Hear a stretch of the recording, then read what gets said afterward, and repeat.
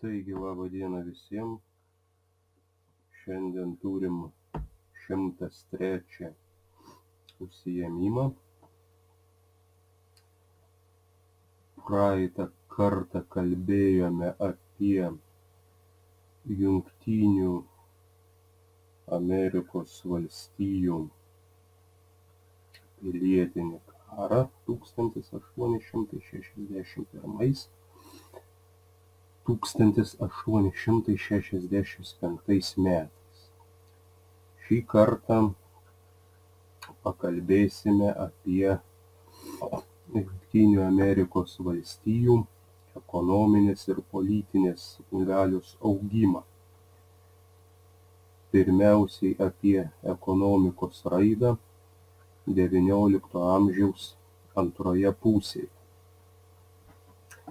Taigi po pilietinio karo JAV prasidėjęs ekonominis kilimas išvedė šalį į pirmaujančias labiausiai išsivysčiusių valstybių gretas. Tai lėmė daugelis priežasčių. JAV buvo turtingos gausiais naftos, geležies rūdos, vario, cinko, alavo ir kitų naudingųjų iškasenų išteklių. Didelę reikšmę pramonės raidai, išteklių naudojimui bei naujų žemių apgyvendinimui turėjo geležinkelių tiesimas. Vyriausybė geležinkelių kompanijoms skyrė didelius žemės plotus ir finansiškai rėmė. Pramonėje ir žemės ūkyje buvo diegiama daug mokslo ir technikos naujovių. Amerikiečių mokslininkai ir išradėjai padarė daug atradimų, kurie greitai ir efektyviai buvo taikomi gamyboje ir buityje. JAV vyriausybė, norėdama apsaugoti šalies vidaus rinką, vykdė protekcionizmo politiką. Pigioms užsienio šalių prekėms buvo uždėti dideli muitai.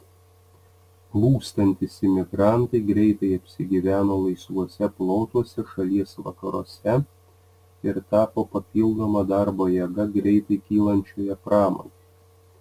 Vakarinių žemių apgyvendinimas ir naujų techninių išradimų diegimas paspartino žemės ūkio raidą. Ūkiuose buvo pradėta naudoti šienapjoves, javapjoves, mechaninės sėjamąsias. Augant gamybai ir plečiantis vidaus rinkai kūrėsi korporacijos ir trestai. Taip buvo siekiama monopolizuoti atskiros šakos gamybą, sukaupti daugiau kapitalo, įsigyti naujų patentų, išsaugoti aukštas kainas. Greitai trestai apjungė medvilnės, cukraus, tabako, plieno pramonę.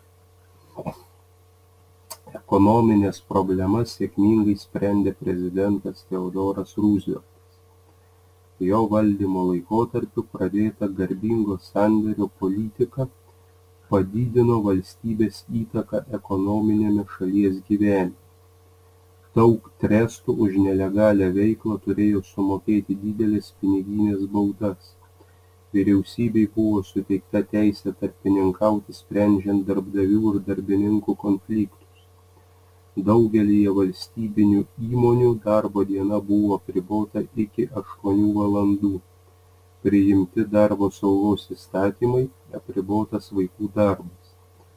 Švaraus maisto įstatymas uždraudė maisto ir vaistų gamyboje naudoti žalingas medžiagas.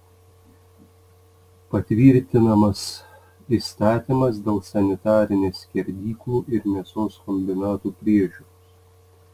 Sukuriami įstatymai užtikrinantys gamtos išteklių apsaugą, išplečiami valstybės miškų saugomi plotai, įkuriami nacionaliniai parkai. Apie imigraciją į naująjį pasaulį.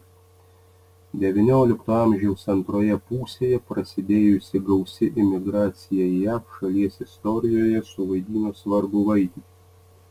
Amžiaus viduryje JAV susidarė palanki situacija priimti atvykstančius imigrantus. Vakarinėje šalies dalyje buvo dar daug neapgyvendintų žemių, o greitai augančiai pramonei vis daugiau reikėjo darbo jėgos. Kurį laiką JAV vyriausybė imigracijos beveik neribojo.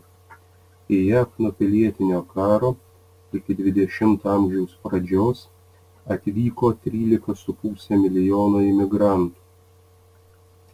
Tuo metu Europoje dėl medicinos pažangos ir pagerėjusių higienos sąlygų sparčiai augo žmonių skaičius.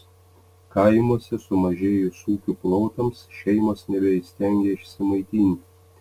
Miestuose dėl įgūdžių ir išsilavinimo stokos ne visi galėjo įsidarbinti fabrikuose ir gamyklose. Be to, europiečiams JAV atrodė neribotų galimybių šalis, kurioje viešpatavo politinė laisvė ir galimybė praturtėti. Imigrantai JAV tikėjosi susikurti geresnį gerbūvį, negu turėjo savo tėvynėje.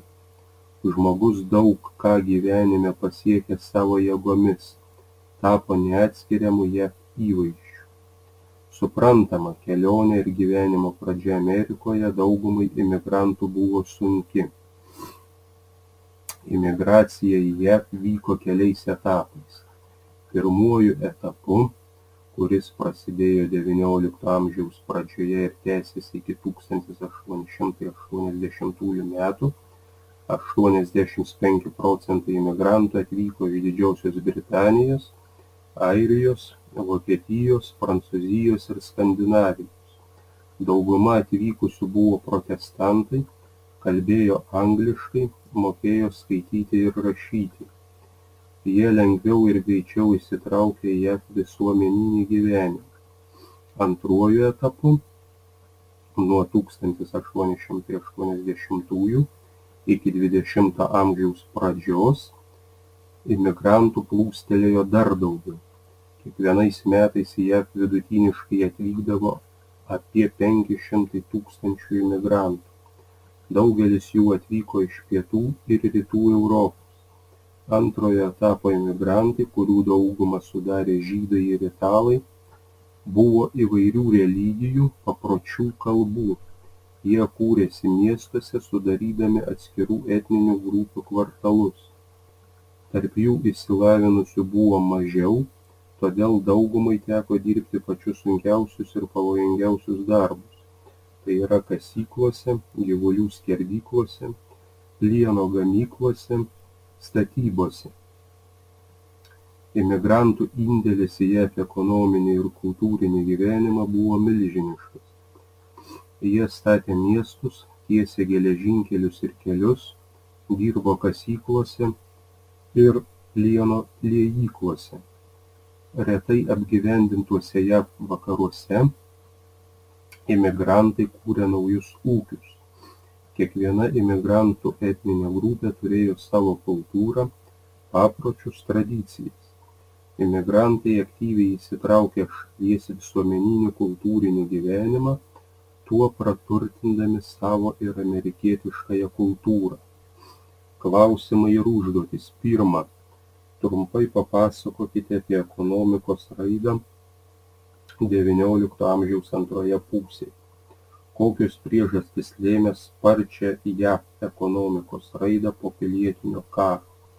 Kokias ekonominės ir socialinės reformas vykdė Teodoras Ruzveltas?